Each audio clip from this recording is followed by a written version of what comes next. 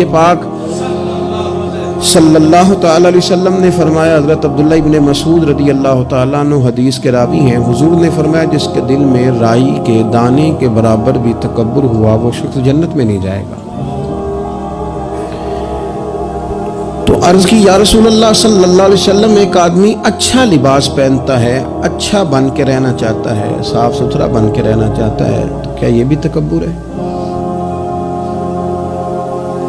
تو سرکار نے فرمایا نہیں، اللہ تو خوبصورت ہے، خوبصورتی کو تو پسند فرماتا ہے۔ تو یا رسول اللہ صلی اللہ علیہ وسلم پھر تقسیم کس طرح کریں، تکبر کے مفہوم کو کیسے سمجھیں؟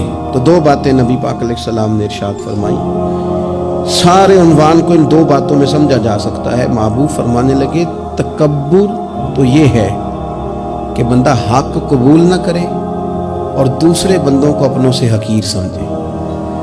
اگر تیرا کوئی بھی کمال قبول حق میں رکاوٹ بن گیا تب تو متکبر ہے، اور اگر کسی بھی مقام پر جا کر تو کسی کو حقیر سمجھنے لگ گیا پھر تو متکبر ہے۔ ورنہ اچھا لباس پہننے سے بندہ متکبر نہیں ہوتا، اچھی گاڑی میں بیٹھنے سے بندہ متکبر نہیں ہوتا، اچھے گھر میں رہنے سے بندہ متکبر، بلکہ حضرت باجید بستامی رحمۃ اللہ علیہ تو یہاں تک فرماتے ہیں کہ میں نے بہت بڑے بڑے مکانوں میں درویش بستے دیکھے اور میں نے بڑے بڑے جبوں کے اندر تکبر کو ملاحظہ کیا، غرور دیکھا میں نے وہاں۔ عزیز دوستو، اپنے ذہنی سطح اس طرح کی بنائی جائے کہ مزاجوں میں ٹھہراؤ رہے، طبیعتوں میں ہمیں نہ دو تین چیزیں بڑا پریشان کرتی ہیں۔ بعض لوگ ایسے ہیں جو کسی بڑی برادری میں جس کو وہ بڑا سمجھتے ہیں، باقی تو اللہ کو پتہ ہے نا بڑا کون ہے۔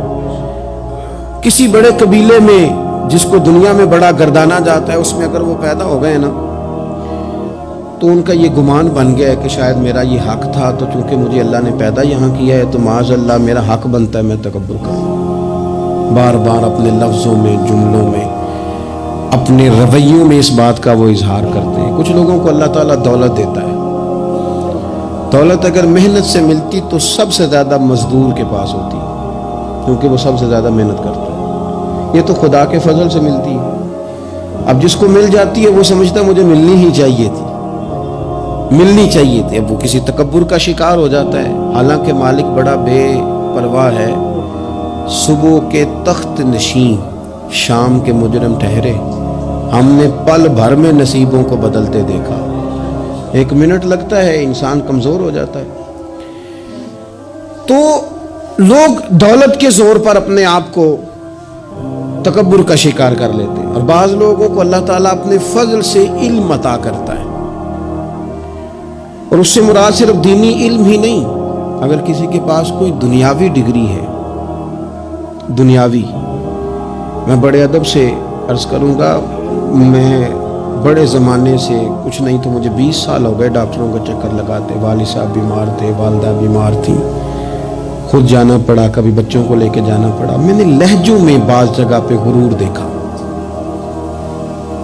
لہجوں میں، یعنی ڈاکٹر کے دو میٹھے بول نہ بندے کی طبیعت ٹھیک کر دیتے ہیں، لیکن وہ اس کے لہجے میں، اب چونکہ وہ ڈاکٹر ہے اور جناب مجھے تکلیف ہے، میں ذرا جلدی چیک کرانا، سب کو تکلیف ہی ہوتی ہے، سارے تکلیف سے ہی آتے ہیں، باہر بیٹھو دیکھ لیتے ہیں۔ علم اس کا نام ہے کہ دوسروں کو جاہل سمجھا جائے، علم اس کا نام ہے کہ آپ کو شعور ہی نہ آئے، علم تو آگہی سکھاتا ہے۔ اگر کوئی عالم ہو کر اپنی ماں کے پیر نہیں دباتا تو پھر اس کے علم نے اسے کچھ بھی نہیں سکھایا، اس کے علم نے اسے کچھ بھی نہیں بتایا۔ اگر عالم ہو کر اپنے باپ کا حیا نہیں کرتا تو پھر یہ کورس ہے، اس نے لفظ سیکھے ہیڑے ترچے، اسے سمجھ ہی نہیں آئی لوگوں سے پیار کیسے کرنا تھا۔ آپ کی چیزیں آپ کے اندر روشنی پیدا کریں، آپ کا شعور آپ کو تازہ کرے۔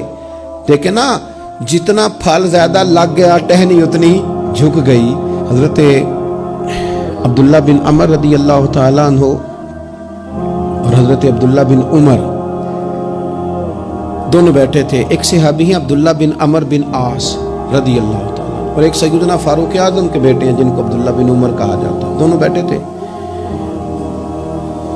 عبداللہ بن عمر اٹھ کے چلے گئے تو عبداللہ بن عمر نے رونا شروع کر دیا، دیر تک روتے رہے۔ اللہ کرے کسی کو کوئی ایسا یار ملے جسے مل کے بندہ روئے، ایک باری میریاں اکھیاں چوں اونا نے اتھرو پونجے سن ہن تے چسکا پہ گیا رونے دا تے ہر ویلے آہو زاری دا. وہ چلے گئے اور انہوں نے رونا شروع کر دیا. روتے جا رہے ہیں. بچوں نے کہا کیوں روتے ہو؟ کہنے لگے یار وہ عجیب بات بتا گیا ہے. وہ کہتا ہے میں نے حضور علیہ السلام سے خود سنا ہے کہ جس کے دل میں رائی کے دانے کے برابر تکبر ہو جنت میں نہیں جائے گا. روتا ہوں، انسان ہوں، کبھی کوئی بات ہو ہی جاتی ہے، کبھی کوئی پریشانی ہو ہی جاتی ہے. پھر اپنے ارد گرد والوں سے کہنے لگے دعا کرو رب عاجزی کی توفیق دے دے، اللہ بڑے بول سے بچا لے. عزیز بھائیوں، مزاجوں کے اندر حضرت شیخ سعدی رحمت اللہ علیہ، میں نے کچھ لوگوں کو دیکھا ہے اگر کوئی نیک کام کر لیتے ہیں نا تو پھر وہ کہتے ہیں چونکہ میں نے کیا لہذا ساری دنیا فوراً یہ کرے. آپ یہ کیوں نہیں سمجھتے کہ رب نے آپ کو توفیق دی ہے تو آپ عاجز ہو جائیں اللہ کے بندے، آپ عاجزی اختیار کریں. وہ کہتے ہیں چونکہ میں کرتا ہوں لہذا میں اب اتنا بڑا آدمی ہوں تو فلانے فلانے فلانے فلانے بندے تو ٹھیک ہی نہیں.